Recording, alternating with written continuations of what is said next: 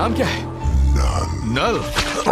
सो hey guys, कैसे हो आप सब। आज की इस वाली वीडियो में हम बात करने वाले घोस्ट राइडर वर्सेस द नल के बारे में, और ये पता लगाएंगे कि कौन ज्यादा स्ट्रॉन्ग है और कौन किसको हरा सकता है एक बैटल में। नल, जिसे गॉड ऑफ डार्कनेस के नाम से भी जाना जाता है, जो कि one of the most strongest villains है मार्वल यूनिवर्स का। लेकिन क्या अंधेरे के देवता में उतना दम है कि वो हरा सके अंधेरे को काटने वाली आंख यानी घोस्ट राइडर को?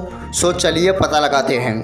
तो पहले मैं अगर बात करूं नल की, सो नल है गॉड ऑफ सिम्बियोट्स और सारे सिम्बियोट्स का डायरेक्टली इनडायरेक्टली क्रिएटर। नल की कहानी इस यूनिवर्स के क्रिएशन से भी पहले से है, जब इस खाली यूनिवर्स में अंधेरे के अलावा और कुछ भी नहीं था और उसी अंधेरे को रूल करता था नल नाम का एक एल्डिस गॉड। लेकिन जब सेलेस्टियल्स इस यूनिवर्स में आए तो वो यहाँ पे लाइट की क्रिएशन करने लगे, जिससे नल का एम्पायर धीरे धीरे खत्म होता जा रहा था। और ये सब देख के नल को ऑब्वियसली बहुत ही ज्यादा गुस्सा आया। उसने सेलेस्टियल्स को उसके अंधेरे के एम्पायर से दूर रहने की चेतावनी दी, लेकिन उन सेलेस्टियल्स ने नल की एक भी नहीं सुनी। गुस्से में नल अपनी परछाई में हाथ डालता है और नेक्रोसॉर्ड नाम का एक गॉड किलर वेपन तैयार कर लेता है, जिसकी मदद से नल एक सेलेस्टियल के सर को उसके धड़ से अलग कर देता है।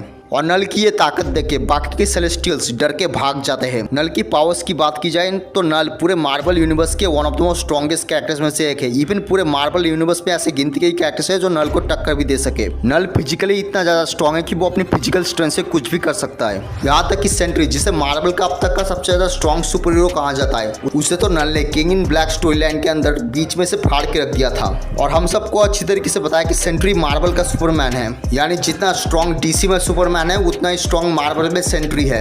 लेकिन नल ने सेंट्री को ऐसे फाड़ दिया जैसे कि वो कोई एक कागज का खिलौना हो।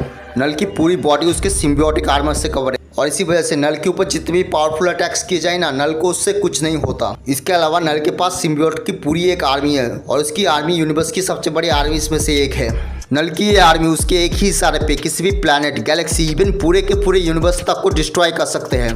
नल की इस आर्मी ने king in black story line के अंदर बिलियंस ऑफ गैलेक्सीज को डार्कनेस में मिला दिया था। नल की आर्मी में बहुत सारे ड्रैगन सिम्बियोट्स हैं जिनको कहा जाता है ग्रैंडल, और एक अकेला ग्रैंडल इतना ज़्यादा स्ट्रॉन्ग होता है कि वो किसी प्लैनेट को बहुत ही आसानी से डिस्ट्रॉय कर दे। मार्वल कॉमिक्स के अंदर आज से लाखों साल पहले एक ग्रैंडल ने अर्थ पे आके ऐसा किया भी था। हालांकि उसे रोकने के लिए गॉड ऑफ थंडर थॉर आ गया था, लेकिन थॉर अगर बीच में नहीं आया होता तो वो ग्रैंडल पूरे अर्थ को डिस्ट्रॉय कर देता। इसके अलावा नल की ये सारे सिम्बियोट्स उसके हाइप माइंड से कनेक्टेड है। इसका मतलब नल अपने सारे सिम्बियोट्स से टेलीपैथिकली कनेक्टेड है। इसका मतलब नल अपने सारे सिम्बियोट्स से दूर रह के भी उससे कम्युनिकेट कर सकता है, उनसे बातें कर सकता है, उन्हें कोई भी ऑर्डर दे सकता है, और वो सिम्बियोट जो सुन रहे हैं नल उन सबको सुन भी सकता है। नल इतना ज्यादा स्ट्रॉन्ग है कि वो सेलेस्टियल को स्ट्रेंथ के मामले में बहुत ही आसानी से हरा सकता है। लेकिन इसके साथ साथ नल अगर चाहे तो उन सारे सेलेस्टियल्स को अपनी सिम्बियोटिक पावर से करप्ट भी कर सकता है और अपने पावर से उन्हें कंट्रोल करके आप खुद के लिए यूज भी कर सकता है। और king in black story line में तो नल ने ये सब करके भी दिखाया था। नल का वेपन ऑल ब्लैक नेक्रोसॉर्ड भी बहुत ही ज्यादा स्ट्रॉन्ग है, जिसकी मदद से नल ने हजारों गॉड्स को मार रखा है और इन सारे गॉड्स के क्रिएट की गई हर एक क्रिएशन को डार्कनेस में मिला चुका है। अब अगर मैं बात करूँ इसकी हीलिंग फैक्टर की, तो सबसे पहली चीज, इसे इंजेक्ट करना किसी के बस की बात ही नहीं है।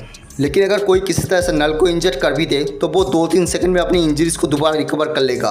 आप सबने वेनम की मूवीज में ये तो देखा ही होगा, जब भी एडी ब्रॉक को कोई भी लाइफ थ्रेटनिंग इंजरी होती है तब वेनम उसकी इंजरीज को 2 सेकंड में रिकवर कर लेता है। जरा सोचो एक बार, वेनम जैसे छोटे से सिम्बियोट की हीलिंग फैक्टर इतना ज्यादा फास्ट हो सकता है, तो पूरे सिम्बियोटिक रेस को क्रिएट करने वाले नल का हीलिंग फैक्टर किस लेवल पे होगा। मार्वल कॉमिक्स के अंदर जब नल एक दूसरे गॉड से फाइट कर रहा होता है तब फाइट करते करते वो गॉड के प्लांट पे आ जाता है और नेक्रोसॉर्ड के एक छोटे सा हिस्सा गॉड को मिलने से ही वो इतना ज्यादा स्ट्रॉन्ग बन जाता है कि मार्वल यूनिवर्स के सारे गॉड्स को एक एक करके खत्म करने लगता है। यहाँ तक कि मार्वल का पावर हाउस थॉर फोर्स के साथ भी गॉड को संभाल नहीं पाता है, और इस गॉड से निपटने के लिए थॉर को अपने पास्ट वर्जन और फ्यूचर के ओल्ड किंग थॉर को भी बुलाना पड़ता है। लेकिन इन सब के बावजूद भी गॉड द गॉड बुचर इन तीनों को अकेले ही संभाल लेता है। तो आप खुद सोच के देखो, नल के एक वेपन के एक छोटे से टुकड़े से कोई इतना ज़्यादा स्ट्रॉन्ग बन सकता है, तो नल आखिर कितना ज़्यादा स्ट्रॉन्ग होगा। The Ghost Rider. So Johnny Blaze एक सिंपल सा स्टंटमैन था जो कि अपने बाप की जिंदगी बचाने के लिए सबसे बड़ा जुआ खेल लेता है, जो कि था मेफिस्टो से उसकी सोल की डील करना।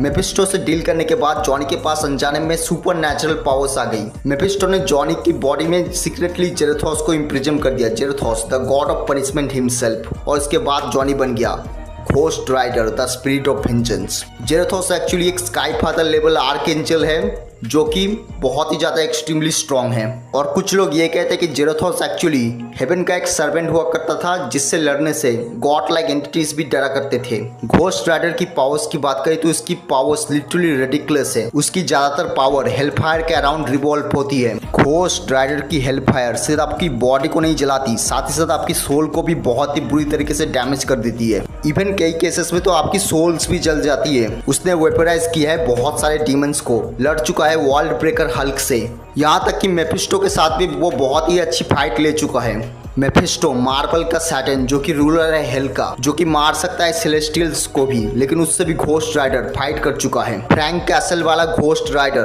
पावर कॉस्मिक को अचीव कर लिया था और बन गया था कॉस्मिक घोस्ट राइडर। ये वही पावर कॉस्मिक है जो कि गैलेक्टस यूज करता है। कॉस्मिक घोस्ट राइडर ने थैनोस के साथ मिलकर डिस्ट्रॉय कर दिया था आधे से ज्यादा मार्बल यूनिवर्स को, और जब किंग थैनोस बेकाबू हुआ तब उसने उसको भी मार डाला। इसके अलावा स्पीड के मामले में घोस्ट राइडर सबसे ज्यादा फास्ट कैरेक्टर है मार्बल यूनिवर्स का। वो डायमेंशन के बीच में ट्रैवल कर सकता है, टाइम में पीछे जा सकता है, इसके अलावा वो रियलिटी मैनिपुलेशन भी कर सकता है। और घोस्ट राइडर की रियलिटी मैनिपुलेशन कॉस्मिक लेवल पे स्केल होती है। Ghost Rider can easily manipulate space time dimension even death. Durability के मामले में तो घोस्ट राइडर लिटरली इनविंसिबल है। घोस्ट राइडर ने इजीली टैंक कर लिया था multiple planet destroy attack, even supernova explosion तक को भी। इसके अलावा उसके पास पेनिट स्टीयर की एबिलिटी है, यानी वो किसी के आंखों में देख के उसकी सोल को जला सकता है, उसकी सोल को पूरी तरीके से बर्न कर सकता है, या फिर उसे अब्जॉर्ब भी कर सकता है अपने अंदर। वो वेदर को भी कंट्रोल कर सकता है, इवन अपने क्लोन भी क्रिएट कर सकता है, और उसके क्लोन्स ऑलमोस्ट इक्वली पावरफुल होते हैं ओरिजिनल घोस्ट राइडर जैसे। मूवीज में घोस्ट राइडर को बहुत ही ज्यादा वीक दिखाया गया है। अगर हम कॉमिक्स की बात करें ना तो घोस्ट राइडर के पास लिटरली लिमिटलेस स्ट्रेंथ है। डॉक्टर स्ट्रेंज ने ये खुद कहा था, घोस्ट राइडर की स्ट्रेंथ की लिटरली कोई लिमिट नहीं है। इसके अलावा भी घोस्ट राइडर एजलेस और इमॉर्टल बीइंग्स होते हैं, यानी उनको मारा नहीं जा सकता, सिर्फ वन ऑफ बॉल जैसे सुप्रीम एंटिटी ही उनको मार सकते हैं। ओवरऑल घोस्ट राइडर स्केल करता है sky father to universal level पे with almost limitless amount of speed. So अब अगर मैं बात करूँ घोस्ट राइडर वर्सेस द नल के बारे में, पहले मैं अगर बात करूँ स्पीड की, स्पीड के मामले में तो घोस्ट राइडर के सामने नल टिक भी नहीं पाएगा। कॉज की घोस्ट राइडर की स्पीड फ्लैश से भी ज़्यादा है। और यही नहीं, मार्वल का सबसे ज़्यादा फास्ट कैरेक्टर है Ghost Rider. In terms of strength Ghost Rider की strength literally sky father level पर स्केल करती है, जो कि काफ़ी है बिलियंस ऑफ गैलेक्सीज को डिस्ट्रॉय करने के लिए। बट नल की स्ट्रेंथ बिल्कुल नेक्स्ट लेवल पे है। उसने अपनी स्ट्रेंथ से सेलेस्टियल्स को मारा है, जो कि स्काई फादर लेवल बींग्स को चुटकियों में मसल सकते थे, इंक्लूडिंग जेरोथोस। ड्यूरेबिलिटी वाइज भी नल बहुत ज़्यादा हैवी एडवांटेज गेन करता है घोस्ट राइडर के अगेंस्ट। कॉज की नल की ड्यूरेबिलिटी यूनिवर्सल लेवल पे स्केल होती है। घोस्ट राइडर अपने हजारों क्लोन्स क्रिएट कर सकता है, तो नल के पास भी बिलियंस ऑफ आर्मी है। नल कंपैरेटिवली ज्यादा स्ट्रॉन्ग है मेफिस्टो से, जो कि घोस्ट राइडर को चुटकियों में हरा सकता है। लेकिन इतने ज्यादा एडवांटेज होने के बावजूद भी नल घोस्ट राइडर से जीत भी नहीं सकता। कॉज की घोस्ट राइडर को वन एबव ऑल के अलावा और कोई मार ही नहीं सकता। और अगर गलती से भी घोस्ट राइडर ने अपना पेनिट स्टीयर नल पे मार दिया ना, तो नल का खेल वहीं पे ही खत्म हो जाएगा। सो नो डाउट इस बैटल का विनर घोस्ट राइडर ही होगा। सो दोस्तों ये थी आज की वीडियो अच्छी लगी हो तो लाइक करना, चैनल पे नए हो तो प्लीज सब्सक्राइब कर देना। सो मिलते हैं किसी और वीडियो में। So take care, good bye.